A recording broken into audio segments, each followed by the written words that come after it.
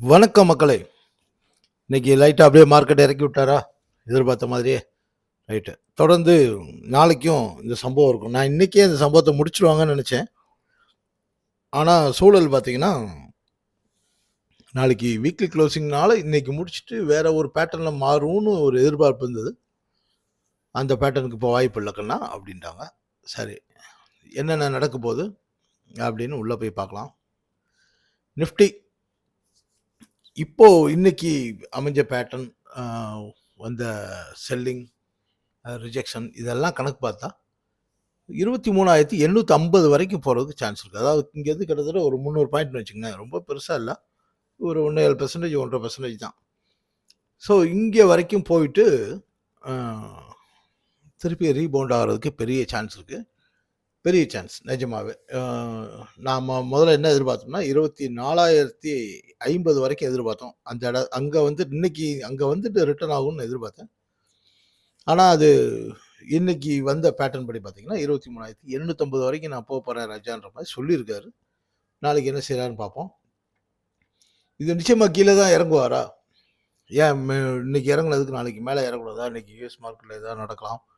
ஏதாவது ஒரு positive news வரலாம்ல அப்படின்னா, அதுக்கு மற்ற செக்டார் வந்து எப்படி அ ஸ் இண்டிகேஷன் குடுத்துருக்காங்க அப்படின்னு பார்க்கலாம். பேங்க் நிஃப்டி இவ்வளோ இறங்குவாரு, இன்னைக்கு 2% பக்கத்துல இறங்குவாருன்னு நான் எதிர்பார்க்கல. கிட்டத்தட்ட ஆமா. கிட்டத்தட்ட ஒரு 1 1/4% பக்கம் இறங்கியிருந்தாரு. அவரு இப்ப இறங்குனதோட பலன் என்னன்னா, இது வந்து 55,600 அப்படின்னு ஒரு டார்கெட்ட ஃபிக்ஸ் பண்ணியிருக்காரு. ஸோ அங்க வரணும் அப்படின்னா, இவர கீழ இழுத்தாருன்னா அவரு சும்மா இருப்பாரா? யாரு நிஃப்டி? அவரும் சேர்த்து இருக்கிற மாரி தான். ஒருவேளை மேல போச்சுன்னா 57,150க்கு மேல இது க்ளோஸ் ஆச்சுன்னா, ஃபர்தரா இன்னும் கொஞ்சம் மேல போறதுக்கு சான்ஸ் இருக்கு. அதாவது 58,000 பக்கம் வரைக்கும். 58, 59 வரைக்கும் கூட போக சான்ஸ் இருக்கு. ஆனா, அது ரொம்ப குறைவு. இப்பொழுதைக்கு சொல்றேன். ஏன்னா, மந்த்லி குளோசிங் வேற வருது இல்லையா? அதனால. அப்புறம் மந்த்லி குளோசிங்னோனே இந்த ஐடி செக்டார் வந்து சார் வந்து இறங்க ஆரம்பிச்சாரு. நம்ம 29,800ன்னு ஏற்கனவே சொல்லிட்டு இருந்தோம். ஆனா, அதாவது பழைய டார்கெட்டு. அதுக்கு முன்னாடி இவரு மற்ற இந்த இந்த இந்த ஏரியாலாம் பார்க்குறப்போ வந்து நல்லா கன்சாலிடேட் ஆகி மேல போற மாரி இருந்தது.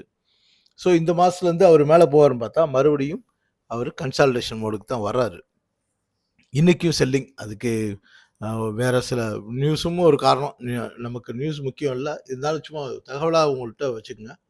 அதாவது இந்த ஏஐலாம் நெறைய வந்ததுனால, வேலை வாய்ப்பு போச்சு அப்படின்னு நம்ம எல்லாம் ஒரு பக்கம் வருத்தப்பட்டுட்டு இருக்க நேரத்தில, கம்பெனிக்கே ஆப்பு வச்சுட்டாய்ங்க.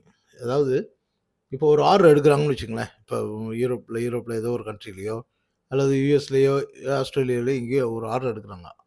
அவன் எப்பயுமே பார்கெயின் பண்ணுவான்ல. பிரைஸ் பேசுறப்ப நம்ம அ எந்த தொழிலா இருந்தாலும் பார்கெனிங் இருக்கும்ல. அப்ப அவன் என்ன சொல்றான்னா, இந்த ப்ராஜெக்ட் முடிக்கிறதுக்கு எனக்கு இவ்வளோ லேபர்ஸ் வேணும், இவ்வளோ இது வேணும், அது வேணும், இது வேணும்னு சொல்லி தான் வந்து பிரைஸ வந்து ஃபிக்ஸ் பண்ணுவானுங்க. நம்ம ஆளுகளும் கேட்பாங்க. அவன் என்ன சொல்ல ஆரம்பிச்சுட்டான், இந்த கதையெல்லாம் சொல்லாத. ஏஐ வச்சு இவ்வளோ கோடிங் எழுதிடலாம். அந்த பிரைமரி கோடிங் எல்லாம் நீ அத வச்சு எழுதிருவ. ஸோ நான் உனக்கு வந்து இவ்வளோ பணம் தர முடியாது. ஸோ பிரைஸ வந்து நெகோஷியேட் பண்ணு அப்டின்ட்டு அவன் இறங்கி வர்றான். இத வந்து முந்தா நேத்துன்னு நெனைக்கிறேன். நேத்து ஹெச்சிஎல் சிஇஓ வந்து இத சைஸா ஒரு மாரி சொன்னாரு. அதனால மொத்த மார்க்கெட்டுக்கும், மொத்த செக்டாருக்கும் ஒரு அ இடி விழுந்த மாரி ஆயிப்போச்சு. அதாவது அடுத்த வருஷமும் 4-5% குரோத் எதிர்பார்க்கலாமா? அப்படின்னு கேட்டதுக்கு, அதுக்கு வாய்ப்பு இல்லங்க. 1 டூ 1.5% என்னமோ அவ்வளோதான் எதிர்பார்க்கலாம் அப்படின்ட்டாரு. ஏன்னு கேட்டதுக்கு தான் இந்த காரணம் சொன்னாரு. ஸோ இந்த விஷயம் வந்து இப்பொழுதைக்கு ட்ரிகர் ஆயிருக்கு. ஸோ அது எப்பயுமே ஒரு நியூஸ் வந்து அப்பொழுதைக்கு மட்டும் பரபரப்பா இருக்கும். அப்ப கொஞ்ச நேரத்தில அதுக்கு பழகிக்கிருவாங்க. ஸோ அந்த நியூஸோட எஃபெக்ட் அதுக்கப்புறம் இருக்காது. ஸோ அப்படி பார்க்குறப்போ, இப்போ 29,800 வரைக்கும், அதாவது 30,325ல இருக்கு இல்லையா இப்போ, அது வந்து 29,800 வரைக்கும் கீழ இறங்க வேண்டியதிருக்கு. அது இந்த மந்த்லி குளோசிங்காவும் அதே ஏரியால நடக்கிறதுக்கு பெரிய வாய்ப்பு இருக்கு. அப்போ அப்போ இங்கேருந்து ஒரு 320 பாயிண்டா இன்னும் ஒரு 1% தான். ஸோ இன்னும் கூட கீழ வந்துட்டு 29,000 வரைக்கும் கூட வந்துட்டு, திருப்பி 29,800க்கு போறதுக்கு ஒரு வாய்ப்பு இருக்கு. ஸோ இந்த மந்த்லி குளோசிங் வந்து இந்த 29,800 அப்படின்னா, அடுத்த மாதம் பாசிட்டிவ் வந்தால் சூப்பராக கிளம்பி போயிடுவார். இல்லை நெகட்டிவா அப்படின்றத இந்த மந்தோட எண்டும் ப்ளஸ் மார்க்கெட்டோட மூடும் பொறுத்து இருக்கும். ஆட்டோ ஆட்டோ ஒரு 4-5 நாள் அவர் சீன் இல்லாமல் ஒரு மாதிரி கன்சால்டேட் ஆகிட்டு இருக்க போய் யோசித்தோம், அவர் வந்து ஸ்ட்ராங்காகவே இல்லையே ஏன்னு. இப்போது வந்து அவர் நாளைக்கு 25,910, இன்னைக்கே 25,830 28 தான் இருக்கார். நாளைக்கு ஒருவேளை 25,910க்கு கீழேயே க்ளோஸ் ஆகிட்டாரு அப்படின்னா 24,400 வரைக்கும் ஃபர்தராக மேலே வர்றதுக்கு வாய்ப்பு இருக்குது. அதாவது கொஞ்சம் கொஞ்சமாவது இறங்கலாம்னு வச்சுங்களேன்.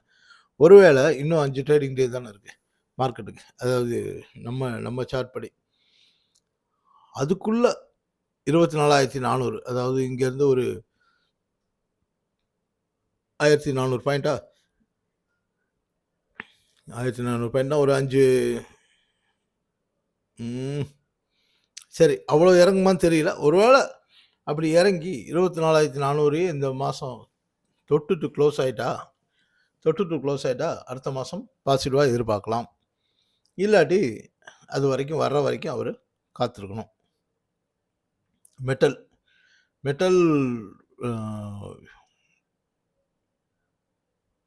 ஒரு சேச்சுரேஷனை தொட்டுட்டார். 12,850 இதுக்கு கீழே இல்லை அது பக்கத்தில் நாளைக்கு க்ளோஸ் ஆகலாம்.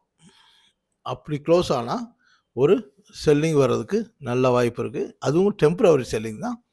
ஏன்னா இது ஒரு கரெக்ஷன் மாதிரி தான். ப்ராஃபிட் புக்கிங்னு வச்சுக்கலாமே. எங்கேருந்து போயிருக்காரு பாருங்க, கிட்டத்தட்ட 10,800லேருந்து 12,800 வரைக்கும் கண்டினியூஸாக போயிருக்காரு ஒரு மாதத்துக்குள்ளேன்னு வச்சுக்கோங்க. ஒரு மாதத்தில் அவ்வளோ பெரிய ரேலின்றது ஒரு 20% மேலே ஏறி இருக்காரு இல்லையா, 24% ஏறி இருக்காரு. அதனால் ஒரு ப்ராஃபிட் புக்கிங் வர்றதுக்கு நல்ல சான்ஸ் இருக்குது. அது 11,700 800 வரைக்கும் கூட வரலாம். ஸோ ஒரு 10% இறங்குதா இல்லை 5% தான் திரும்புதா அப்படின்றது தெரியும். நல்ல ஓரளவுக்கு இதாகிடுச்சு, ஓவர் பாட்டுக்கு போயிட்டார். ஃபார்மா 22,800 வரைக்கும் இதுதான் பெரிய ரெசிஸ்டன்ட் நினச்சோம். இன்றைக்கி சிப்லா மாதிரியான ஆட்களோட புண்ணியத்தில் அடித்து தூக்கிட்டு போயிட்டாங்க. இப்போது போன வேகம் இருக்கு இல்லையா, இன்றைக்கி போயிட்டு அப்புறம் கொஞ்சம் இறங்கிட்டார், அது வேறு விஷயம். இப்போது இந்த மாதம் 23,100க்கு மேலே க்ளோஸ் ஆகிறாரா அப்படின்றது தான் இப்போ சவால். ஒருவேளை 23,100க்கு மேலே இந்த மாதம் க்ளோஸ் ஆகிட்டா மார்க்கெட் ஃபர்தராக பெரிய ரேலிக்கு, அந்த ஃபார்மா செக்டர் அடுத்த ரேலிக்கு தயாராகிட்டார்னு அர்த்தம். அதாவது இதுக்கு முன்னாடி நம்ம எனர்ஜியை சொன்னோம் இல்லையா, கன்சால்டேட் ஆகிட்டே இருக்காரு, எப்போ வேணால் போவார்னா அவன் போயிட்டான், எங்கேயோ போயிட்டான்னு வச்சுங்க. அது மாதிரி இவர் வந்து அடுத்த இதில் நிற்கிறார். இவர் பிரேக் அவுட் ஆகிறதுக்கு காத்துட்ருக்காரு. ஸோ ஃபார்மா ஸ்டாக் வச்சுருக்கவங்க கொஞ்சம் நிதானமாகவே ஹோல்ட் பண்ணலாம் இப்பொழுதைக்கு. எஃப்எம்சிஜி நேற்று நம்ம சொல்லியிருந்தோம் 53,140 தான் கீ நம்பருங்க அப்படின்னு சொல்லியிருந்தோம். இன்றைக்கி சார் வந்து கீழே தான் இறங்கினார், மறுபடியும் கீழே வந்தார். ஆனால் பையர்ஸ் வந்து அப்படியே தூக்கிட்டு வந்து இன்றைக்கி 51,140 வந்து நிப்பாடியிருக்காங்க. இப்போது இந்த 51,140, அதாவது கரெக்டாக சொல்லலாம் 43 என்னவோ வரும்னு நினைக்கிறேன். அதுக்கு மேலே க்ளோஸ் ஆகுதா இல்லையா அப்படின்றது தான் இப்பொழுதைய ஃபைட்டு. நாளைக்கோ இல்லை இந்த மாதமோ.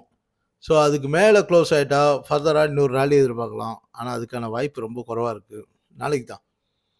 ஸோ அதுக்கு கீழே க்ளோஸ் ஆச்சுன்னா இவர் சேச்சுரேட் ஆகிட்டார். அதாவது நம்ம எதிர்பார்த்தோம் இல்லையா, இங்கேருந்து மேலே போகுங்க, ஒரு சின்ன ஒரு இது சொல்லியிருந்தோம் இல்லையா, பியர் ரிலீஃப் ரேலி, ஒரு பவுன்ஸ் பேக் இருக்குன்னு சொன்னோம்ல, அந்த ரேலி இப்போ முடிஞ்சிருச்சு ஆல்மோஸ்ட். ஸோ நாளைக்கு க்ளோசிங்கை வச்சு இவர் ஃபர்தராக மேலே போகிறாரா கீழே வர்றாரான்னு சொல்லிடலாம். எனர்ஜி அவர் மந்த்லி டார்கெட்டும் வீக்லி டார்கெட்டும் இன்றைக்கி முடிச்சிட்டாருங்க. என்ன ஆச்சரியம்னா, இங்கே பாருங்கள், இன்றைக்கி நல்ல மேலே தூக்கியிருக்காரு. ஆனால் அதே நேரத்தில் ரிலையன்ஸ் வந்து 1.5% மேலே அடிச்சிருக்காரு. ஸோ ரிலையன்ஸ் அடித்தே இவ்வளோ தூரம் தூக்கியிருக்காரு அப்படின்னா அப்போ யோசிச்சு பாருங்கள் எவ்வளோ அக்ரெசிவாக இருக்காங்கன்னு.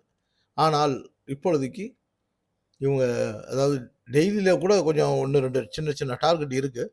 ஆனால் வீக்லிலையும் மந்த்லிலையும் டார்கெட்டை அச்சீவ் பண்ணிட்டாங்க. ஸோ இந்த மாசத்தோட இவரோட ரேலி முடிஞ்சிரும் அப்படின்னு தான் எதிர்பார்க்கலாம். எப்பயுமே அப்படிதான். ஒரு ஒரு முக்கியமான சில டார்கெட்ட முடிச்சுட்டாங்க அப்படின்னா, நிச்சயமா ப்ராஃபிட் புக்கிங் வரும். அது இப்ப ஏறுனது இப்ப இதுவும் அப்படித்தானே. 34,500லேருந்து ஏறியிருக்காரு. 40,000 வரைக்கும் போயிருக்காருன்னா, 6,500 பாயிண்ட் அப்படின்னா 20% இவரும் ஏறியிருக்காரு. ஸோ நிச்சயமா இங்கேயும் ஒரு ப்ராஃபிட் புக்கிங்கை எதிர்பார்க்கலாம். இதில் இன்னும் ஒரு சின்ன விஷயம் சேர்த்துக்கலாம். ரிலையன்ஸ் இண்டஸ்ட்ரீஸ் நாளைக்கு ரிசல்ட்டு. நாளைக்கு வழக்கமாக அவங்க ஈவினிங் தான் போடுவாங்கன்னு நினைக்கிறேன். ஸோ இவர் நாளைக்கு ஏதாவது சீன் போட்டால் கூட இந்த இந்த செக்டர் சீன் போட்டாலும் அவர் வந்து கீழே வர்றதுக்கு சான்ஸ் இருக்குது. அவரை இப்போ நீங்கள் ஷார்ட் அடிக்கிற தைரியம் இருக்க ஆளுகள் யாராவது இருந்தீங்கன்னா, F&O பிளேயர்ஸ் இருந்தீங்கன்னா, ஒரு 1300 வரைக்கும் அவர் வருவார். இன்றைக்கி 1340 சம்திங்கில் இருக்குன்னு நினைக்கிறேன். ஒரு 40 பாயிண்ட்டு கிடைக்கிறதுக்கு வாய்ப்பு இருக்குது. இல்லை ஃபர்தராக இன்னும் கீழே போகிறது கூட வாய்ப்பு இருக்குது. அதனால் இந்த இந்த F&O ட்ரேடர்ஸ் வந்து அதை மைண்டில் வச்சுக்கோங்க. அப்புறம் இந்த கோல்டும் சில்வரும் அரைச்சி எடுத்துட்ருக்காங்க. அப்படியே சைட்வேஸில் தான் இருக்குது. அதனால் அதுக்கு புதுசாக ஒன்றும் டார்கெட் சொல்ல தேவையில்லை. யூஎஸ் ஆயில், க்ரூட் ஆயிலை பொறுத்த வரைக்கும் இன்றைக்கி மேலே போனாலும் இந்த ஏரியா பாருங்கள், நல்ல ரிஜெக்ஷன் கொடுத்து மேலே போனாலும் அடித்து கீழே இழுத்துட்டு வந்துட்டாங்க. ஒருவேளை இது நாளைக்கும் கண்டினியூ ஆச்சு அப்படின்னா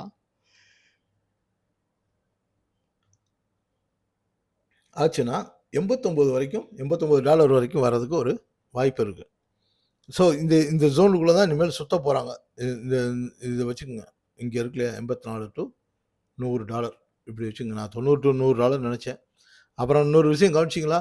சமீபத்தில் யூரோப் கண்ட்ரிஸ் எல்லாமே இப்போ ரஷ்யாவோட மறுபடியும் பேச்சுவார்த்தையில் ஓடிட்டுருக்கு. அவங்க வாங்க போகிறதா எல்லாமே மறுபடியும் ரஷ்யாவோட டீல் போட போகிற மாதிரி ஒரு பேச்சு ஓடிட்டுருக்கு. இதுக்கு தானே எதிர்பார்த்தோம் நாங்கள். ஸோ அவங்க டீல் முடிஞ்சிருச்சுன்னா அடுத்த 1 வாரம் 2 வாரத்தில் இந்த பிரச்சனையெல்லாம் முடிச்சு விட்ருவாங்க. அவ்வளோதான் மக்களே. மற்றபடி நாளை சந்திப்போம். நன்றி, வணக்கம்.